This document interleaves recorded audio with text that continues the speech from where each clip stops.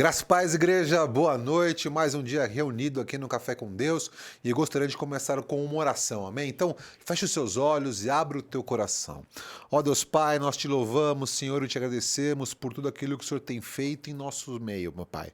E nós te pedimos, Pai, em nome de Jesus, perdoe os nossos pecados e fale conosco nessa noite, meu Pai.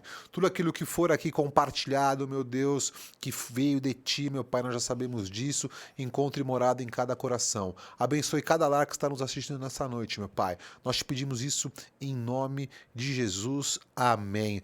Amém, pessoal. Antes de nós começarmos aqui o bate-papo animado dessa noite, passando a programação da semana, amanhã, quinta-feira, 20h30 da noite, dia de célula, começando aqui no YouTube com as orientações do Pastor Chori, e a gente continua te incentivando a se reunir nos lares e dar liberdade para o mover do Espírito Santo de Deus. Amém? Sexta-feira também, apenas online, 20h30, ministração profética. Neste sábado, às 18 horas, online, nós teremos o pastor Tomás fazendo uma ministração para os casais. Domingo, programação normal, culto às 10 horas da manhã e às 8 horas, tanto online e presencial. Segunda-feira, dia de seminário, às 20h30. E terça-feira também temos curso de obreiros às 20h30 da noite. Amém? Acho que é isso. Graças e paz, pastor Cote, pastor Choro, boa noite. Boa noite, gente. Graça e paz para todos. Prazer muito grande poder estar nessa mesa aqui com vocês. Não, prazer é nosso.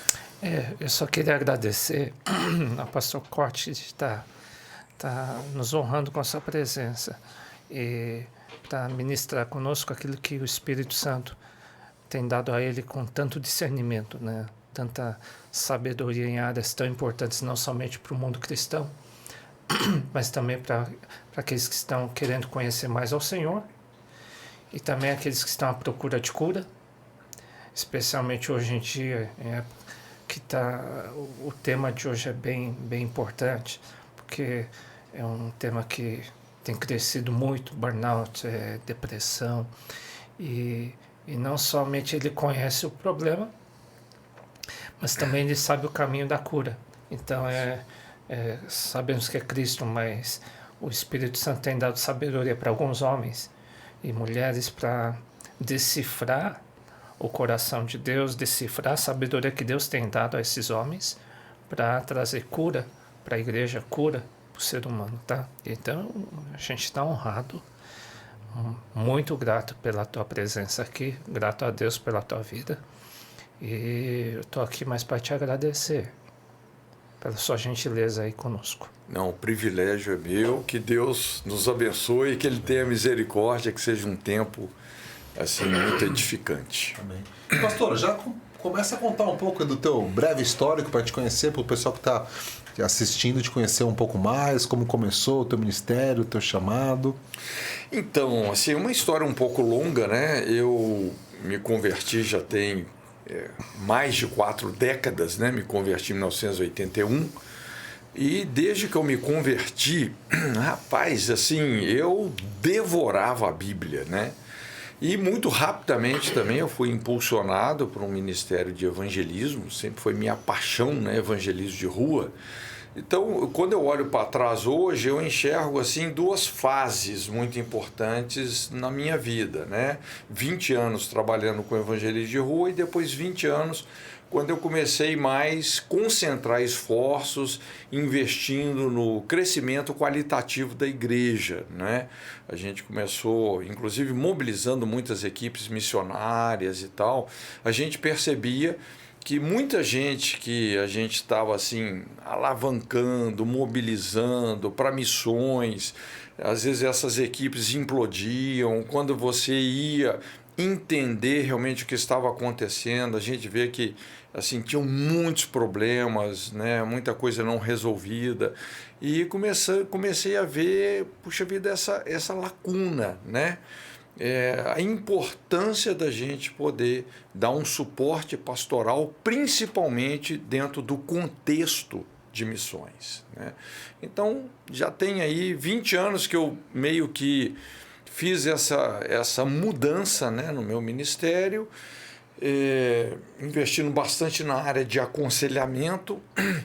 É uma lacuna que só cresce, né? Principalmente devido a esse aumento do progressismo que propõe uma inversão total de valores, né?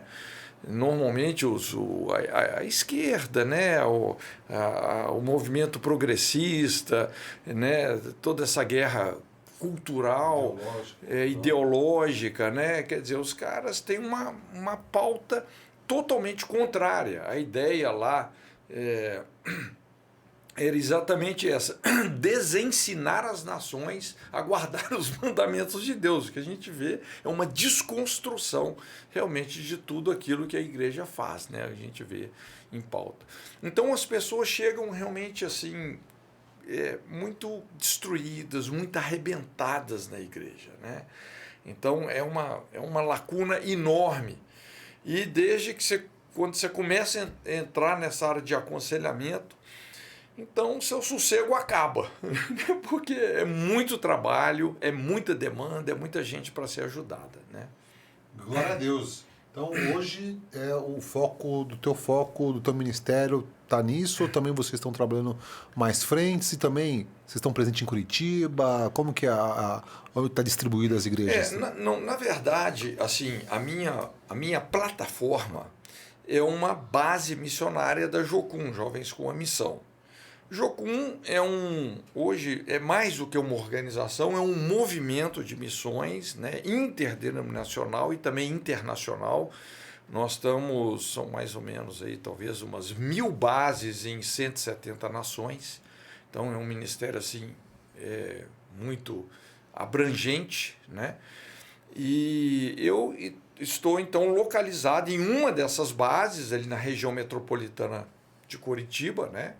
A Jocum, a gente trabalha muito nessa área de evangelismo, treinamento e também na área de misericórdia, com, né, projetos de desenvolvimento comunitário, etc. Né? É um ministério muito abrangente, na verdade. Então a gente mobiliza equipes aí em praticamente todos os países do mundo, né, pensando na Jocum Global, né? Mas o meu ministério especificamente, ele está muito relacionado com o ensino, porque nesses anos todos também, assim, como eu sempre gostei muito de estudar, de ensinar, e quem gosta de ensinar, a principal tarefa de quem ensina não é ensinar, é estudar, né? Então, eu comecei a escrever muitos livros, né? Sou autor de vários livros, e normalmente quando eu escrevo um livro, eu parto do princípio de você entender qual que é a lacuna, qual que é a brecha da geração, não é? Esse princípio da brecha é algo muito poderoso, né? Quando a Bíblia fala: procurei alguém que estivesse na brecha.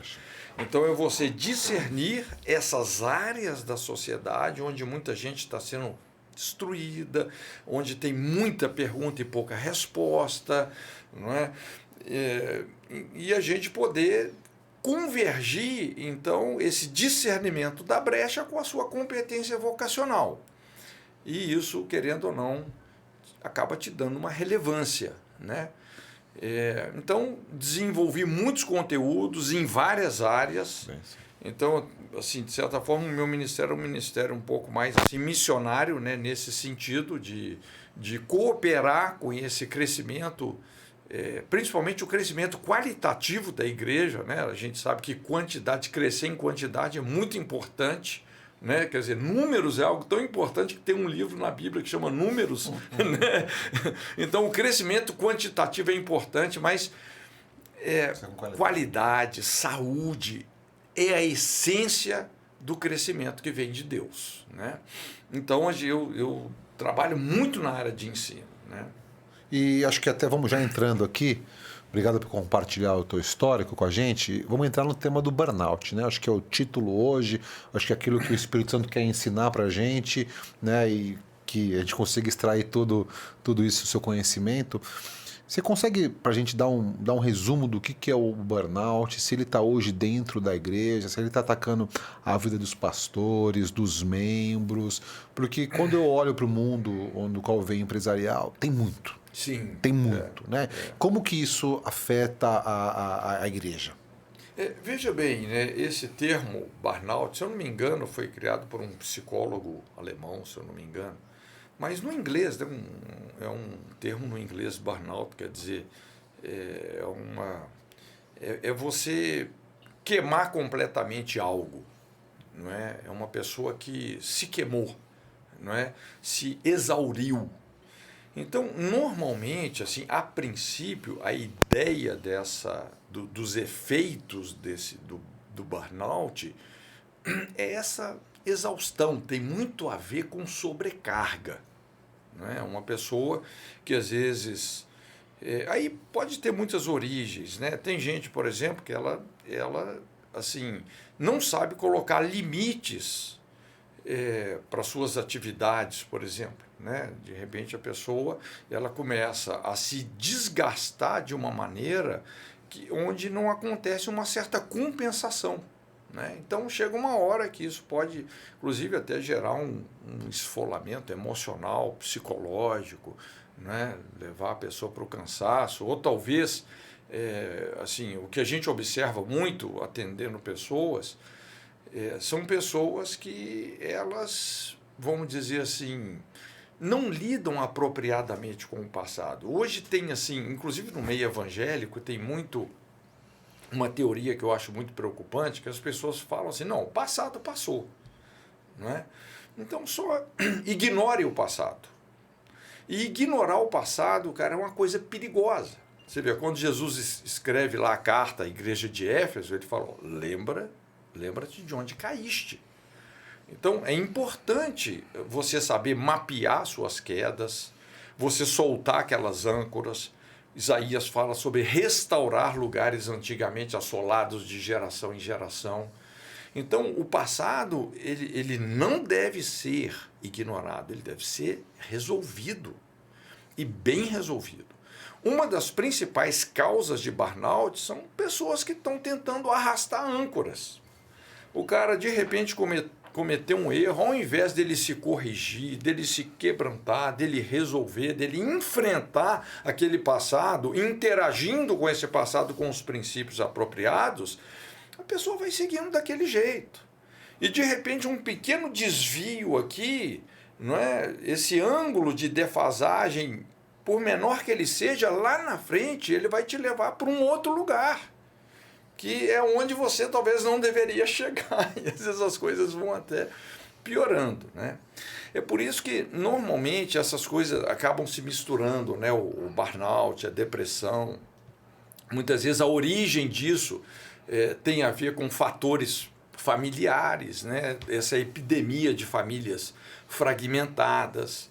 Normalmente a pessoa que veio de uma família fragmentada, fragmentação familiar e abuso são concorrentes, andam juntos. Normalmente a pessoa que veio de uma cobertura familiar que fragmentou, quer dizer, a pessoa cresceu sem referencial de pai, de mãe, de casamento. Eu ia perguntar o que era a fragmentação. Né? Então, essas pessoas, normalmente, elas estão muito mais vulneráveis para sofrer abusos de toda ordem, abusos emocionais, psicológicos, físicos e até sexuais. Então, quer dizer, essas pessoas, desde cedo, elas já estão contraindo, vamos dizer assim, uma insegurança existencial. E a tendência da insegurança é gerar medo, gerar ansiedade. Essa ansiedade, porque se ela vem de uma insegurança que é existencial, a tendência da ansiedade é se tornar também patológica. Tem aquela ansiedade que é até saudável, né? Você tem que enfrentar uma situação inusitada, então vem aquela descarga de adrenalina, você enfrenta o que você tem que enfrentar, depois as suas emoções se equilibram. Mas se existe uma insegurança existencial, se existem coisas não resolvidas, não é? É interessante, né? Às vezes eu faço assim uma diferença entre cansaço e estresse. Como é que você lida com o cansaço? Porque se você trabalhou demais, você cansa. Como é que você lida com o cansaço? Você descansa. Não é? Você vê, Jesus tinha uma vida intensa. Toda pessoa que realmente, vamos dizer assim, tem essa dinâmica de se mover no centro da vontade de Deus, são pessoas realmente muito laboriosas, né? Então, você cansou, você descansa. Agora, o estresse, a pessoa não consegue descansar. Aquilo está dentro dela, não é? Tem aquele desgaste interno numa ação contínua. Para lidar com esse estresse, às vezes você vai precisar de uma mudança no seu estilo de vida, não é? De um enfrentamento de coisas não resolvidas do seu passado. Não é? E aí, um aconselhamento nesse contexto pode ser um divisor de águas. Né? Então, aí que entra o papel da igreja, que você vê, né? Do aconselhamento, da administração. Eu entendi até Sim. uma questão que tem que entrar tem um processo de cura, principalmente do que traz do passado, né? Na tua opinião, né? Já perguntando como a igreja, primeiro, se você vê isso sendo pastores sendo afetados por isso, como estão a igreja está sendo afetada também por sim, isso? Porque, veja bem, a verdade é o seguinte, uma das profissões mais desgastantes que tem é o ofício pastoral. Porque você está lidando com gente, você está lidando com os problemas das pessoas, não é? E normalmente a tendência disso é ter uma demanda cada vez mais crescente, que de repente está concentrada ali em poucas pessoas que vão ter essa habilidade ou que estão numa posição realmente para ajudar essas pessoas, que normalmente é o pastor. Não é? Então é muito comum a gente ver pastores que eles acabam se excedendo, né, se gastando, desgastando no ministério, não é? Essa coisa do burnout é muito comum no ministério pastoral. Então, se você não assim se policia intencionalmente, no sentido de você saber o seu limite, rapaz, sem perceber, você começa a estar numa sobrecarga que depois a fatura vai chegar. Né? Eu mesmo, assim, muitas vezes eu procuro me policiar. Eu já sei, eu já tenho uma ideia, às vezes, assim, sabe aquele momento assim que você vê que você já não está funcionando bem mais, né? Que você já está tão cansado, não é? Você já está tão sobrecarregado que você fala, cara, né? Melhor deixa eu ir para casa, né? ou fazer fazer uma viagem aqui, dar uma pausa, pegar uma prainha, não é? Então, se você descuida disso e às vezes você vai acostumando com um ritmo de sobrecarga, sem perceber que esse negócio já está afetando o seu organismo. Inclusive, assim, clinicamente, o que determina um quadro depressivo? É exatamente quando esse ambiente interno de desgaste, de sobrecarga, ou até de que eu chamo um esfolamento psicoemocional, quando isso começa a aflorar organicamente, começa a afetar as suas funções orgânicas, né? O seu metabolismo, vários órgãos. E às vezes você não está percebendo isso. Não é? Mas o seu organismo já está dando sinais de que realmente assim tem um peso excessivo e que você tem que realmente saber colocar limites, não é? Principalmente, e a gente assim no ministério, por você estar numa posição pastoral, a gente tem essa tendência de se compadecer demais das pessoas, a gente acaba desenvolvendo uma incapacidade de falar não. É muito comum, né? Às vezes, porque você vê ali, você se condói da pessoa, então você quer ajudar, você quer atender, você quer, né? Mas de repente Está no limite. Você já está passando do seu limite. Então, isso aí é um alerta. Rapaz, olha, eu lido muito com pastores, porque nós temos lá um curso que é EIFOL, onde o nosso público-alvo principal, o pessoal que a gente quer mais, assim, vamos dizer, alcançar, treinar, ensinar, capacitar, são pastores. Então, eu convivo muito de perto com essa realidade. Rapaz, é raro o pastor que realmente não passou por uma situação de burnout atualmente. Mesmo porque, infelizmente, assim, nós estamos vivendo numa sociedade que multiplica doenças e doentes, né? Como nós falamos aqui no início. Hoje, rapaz, assim, a gente está numa sociedade muito adoecida, né? Uma dúvida. O burnout, eu vi um pregador muito atuante e ele estava com a agenda tão cheia que ele quebrou, apagou, deu um apagão nele. Ele ficou uns 2, 3 meses parado, ou seja, dá a impressão que o burnout é proveniente de um estresse muito forte, de um ativismo muito forte, de repente deu um apagão na mente dele, esquecimento e tal, e depois de 2, 3 meses ele melhorou e voltou ao ritmo gradativamente. Então dá a impressão que o burnout, diferentemente da depressão, ela é temporária, é isso. E não existe medicação ou descansar. Lógico que eu acho que existe orientação médica, talvez, não sei. Mas é uma coisa que diferencia da depressão, não é isso? Faz muito sentido isso que você está falando. Faz muito sentido, porque é o que eu falei.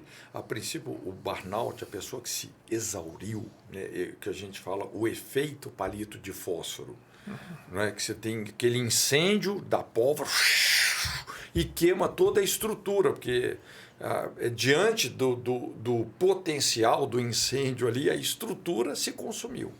Então, às vezes, quando a pessoa tem um burnout, você vê, o organismo dela entra em sofrimento, né?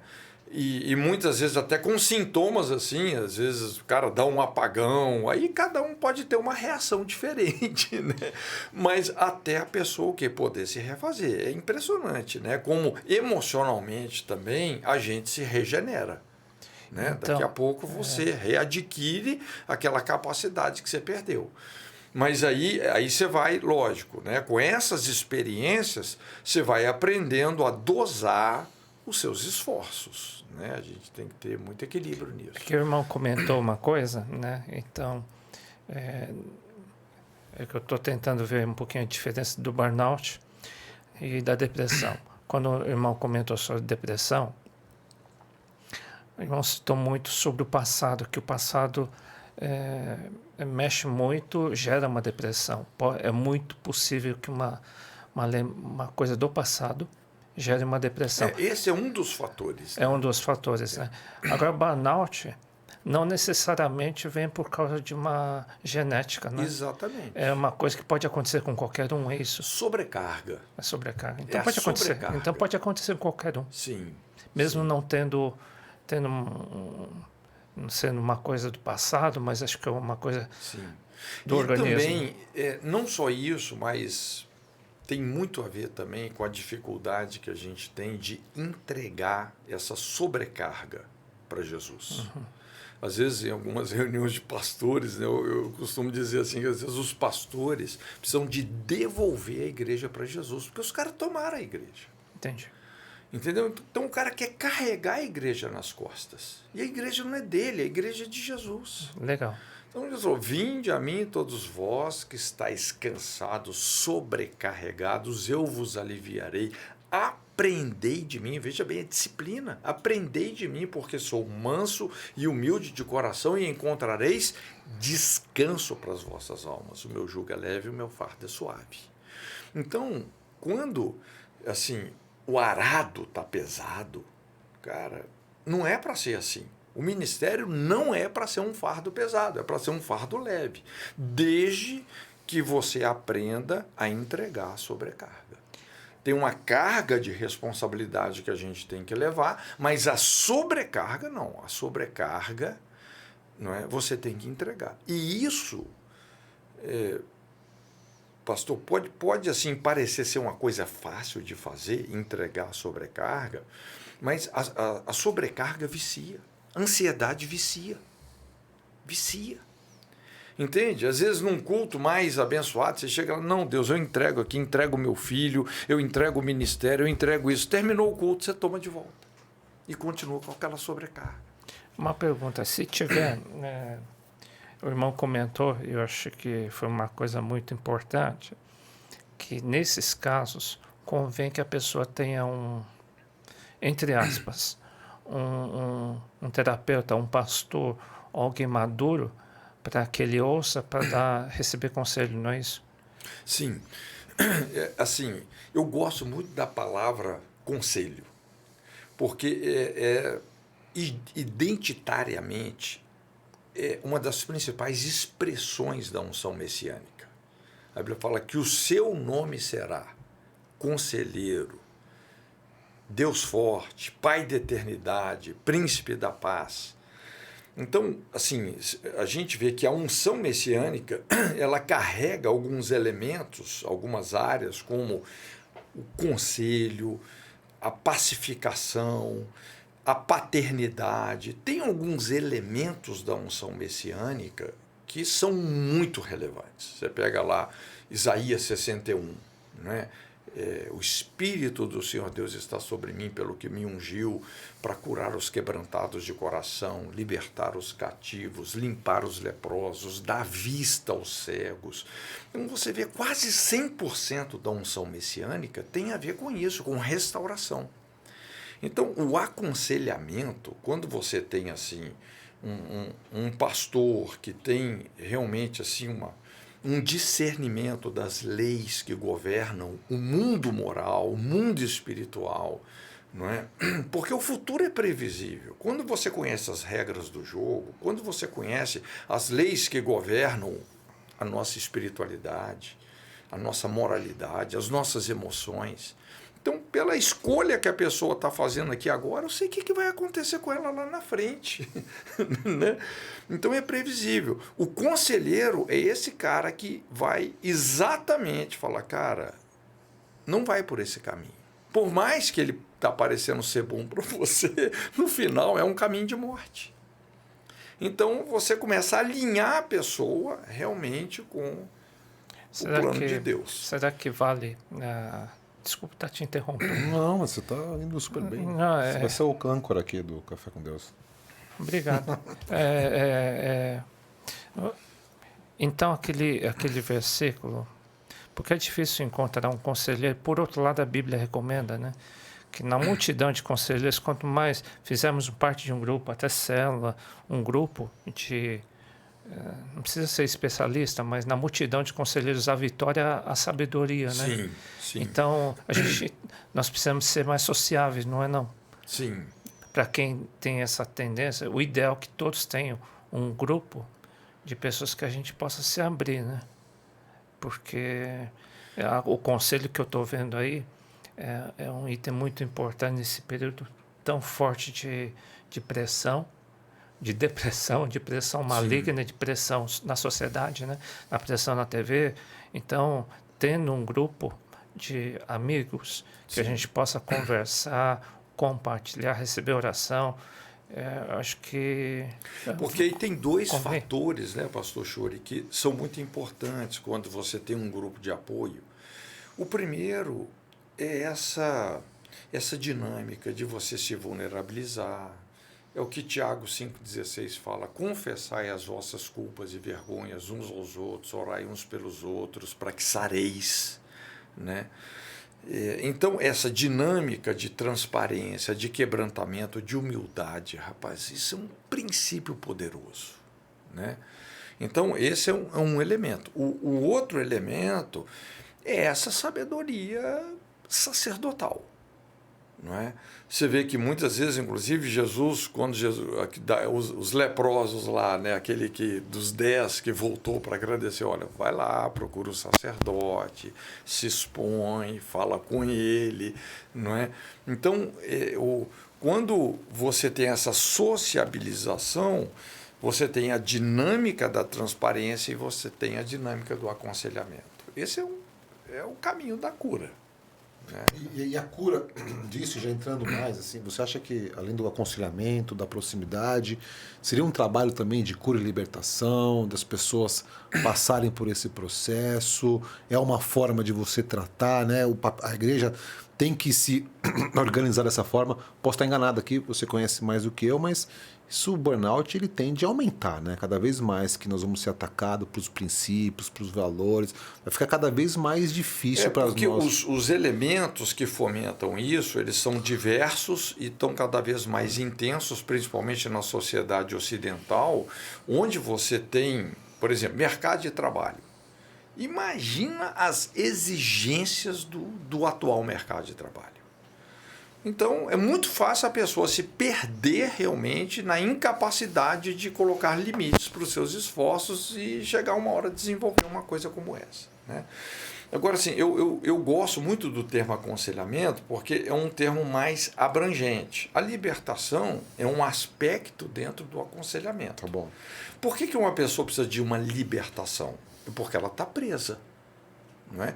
Então, esse conceito, por exemplo, de prisões espirituais, prisões psicológicas, prisões emocionais, é um conceito presente nas Escrituras. Lembram lá em Lucas 13, aquela mulher encurvada, Jesus fala assim: não convinha, portanto, libertar essa filha de Abraão que há 18 anos Satanás mantém presa, mantém cativa. Aí você pensa assim, como é que pode uma filha de Abraão? Uma pessoa que se morresse iria lá para o seio de Abraão. Como que pode uma filha de Abraão estar cumprindo uma sentença de 18 anos numa prisão de Satanás? A prisão era na forma de uma enfermidade. Inclusive Lucas, o diagnóstico que Lucas dá é que ela tinha um espírito de enfermidade, ela não tinha um problema ortopédico. Então, assim, é muito estranho isso. Isso, inclusive, às vezes até assim, baqueia um pouco a teologia da gente. Como né? assim? Você fala, como que pode uma filha de Abraão estar numa prisão de Satanás? Né? Então, ela precisava de enfrentar uma coisa que estava lá atrás. Ela precisava de um enfrentamento. E você vê que, despercebidamente, é o que Jesus faz nesse texto. Não é? Porque quando Jesus menciona a idade ali do problema dela, né, 18 anos, de onde é que Jesus tirou isso? De uma revelação de Deus. É como se ela tivesse levando essa mulher a enfrentar essa memória de 18 anos atrás. Algo aconteceu, não sei se foi um trauma, se foi alguma coisa aconteceu que realmente assim abriu ali uma situação, né, onde ela se fragilizou espiritualmente e estava nesse aprisionamento. Né? É o que a gente estava falando às vezes sobre coisas não resolvidas do passado. Inclusive é interessante porque na língua hebraica a palavra hoje assim, a palavra para hoje, o futuro, aliás, o futuro, ele não está à nossa frente, ele está atrás. E o passado, ele não está atrás, ele está à frente, é o contrário. Porque na cultura hebraica, a variável para o tempo, aliás, a variável para passado e futuro não é o tempo, né? Mas é o que está completo e o que está incompleto. Então, por exemplo, o seu passado ele não está atrás de você, ele está à sua frente. Por quê? Porque você já viveu ele está diante de você. Então você precisa de resolver ele. O seu passado, o seu futuro, por que ele está atrás? Porque o futuro não existe. Você não experimentou ele ainda, você não viveu ele, então você está de costas para ele. Ele é uma incógnita. Você não está vendo ele. Isso é só para a gente entender como funciona a mentalidade judaica, não é? Que não é essa mentalidade de ignorar o passado, mas de enfrentar o passado e resolver as coisas bem resolvidas.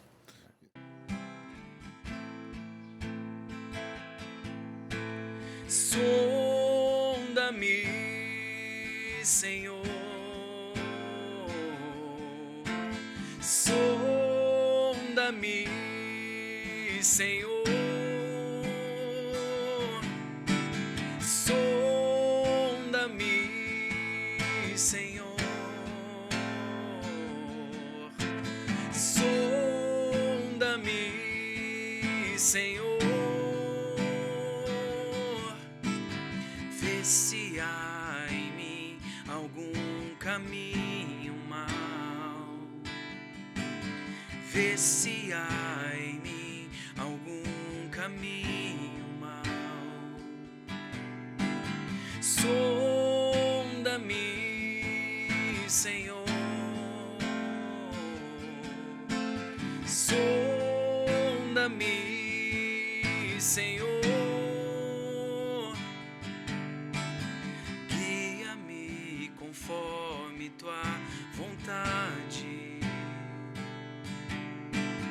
guia-me conforme a tua vontade.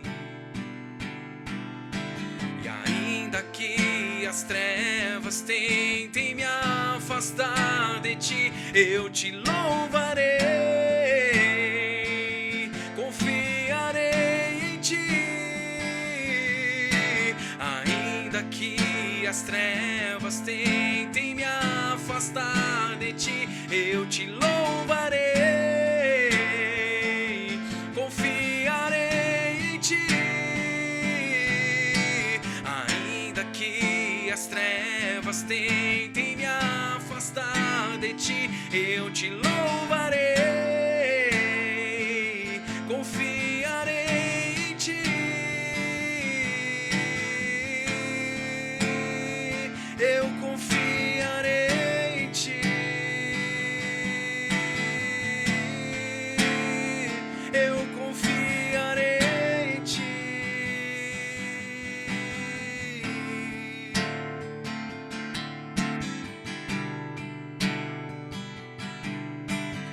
Quão preciosos são os teus pensamentos, quão grandiosos são teus planos,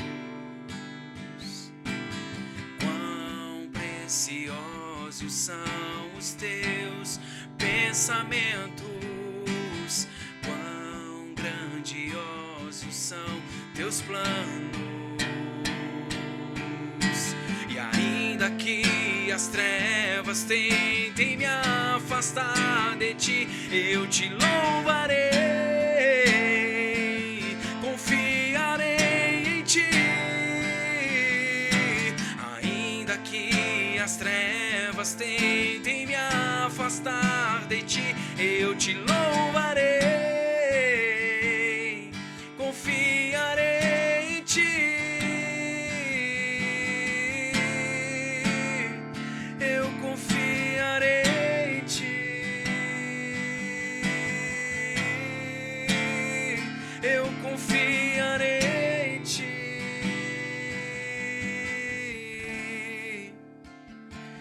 Confiarei, confiarei.